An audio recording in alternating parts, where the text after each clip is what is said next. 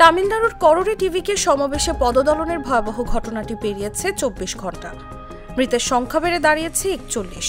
শোকাবহ পরিবারগুলো অপেক্ষা করছে সহানুভূতির স্পর্শের জন্য, কিন্তু এ সময়েও দেখা যায়নি অভিনেতার রাজনীতিক থালাপতি বিজয়কে। প্রশ্ন ঘুরপাক খাচ্ছে, কোথায় তিনি? তিরুপরঙ্গুন্ড্রম বিজয়, তিরুমঙ্গলম বিজয়, উসরাপট্টি বিজয়। ইন্ডিয়া টুডে জানায়, আহতদের কান্নায় ভেসে যাচ্ছে হাসপাতাল প্রাঙ্গণ, অথচ টিভিকে নেতারা কেউই হাজির হননি সেখানে।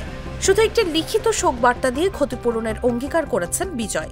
সামাজিক যোগাযোগ মাধ্যমে দেয়া এক বিবৃতিতে তিনি প্রতিশ্রুতি দিয়েছেন, নিহতদের পরিবারকে 20 লাখ এবং আহতদের 2 লাখ রুপি করে দেয়া হবে।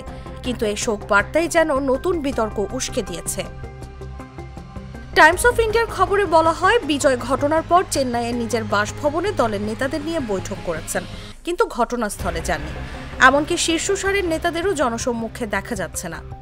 আধব অর্জুনা সিটিআর, নির্মল কুমার, এন আনন্দ, অরুণ রাজ সবাই যেন হঠাৎ অদৃশ্য হয়ে গেছেন।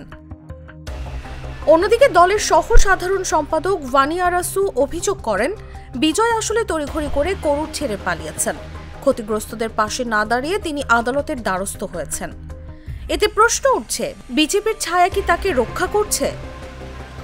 রাজনীতি আরও জটিল হয়ে ওঠে যখন বিজেপির নেতা বিনোজ পি সেলভম বলেন, টিভিকে ছাড়া সব দল রাতেই ঘটনাস্থলে ছুটে গেছে। ডিএমকে ছাত্র সংগঠন বিজয়ের বাসভবনের সামনে বিক্ষোভ করে দাবি তুলেছে তিনি যেন নিহত পরিবারের সঙ্গে দেখা করেন। শুধু তাই নয়, তার বাড়িতে বোমা হামলার হুমকিও আসে। সেই সাথে জোরদার করা হয় নিরাপত্তা ব্যবস্থা।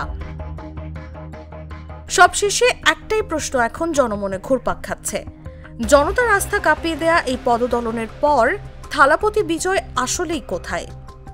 নিউজ ডেস্ক, জাগো নিউজ।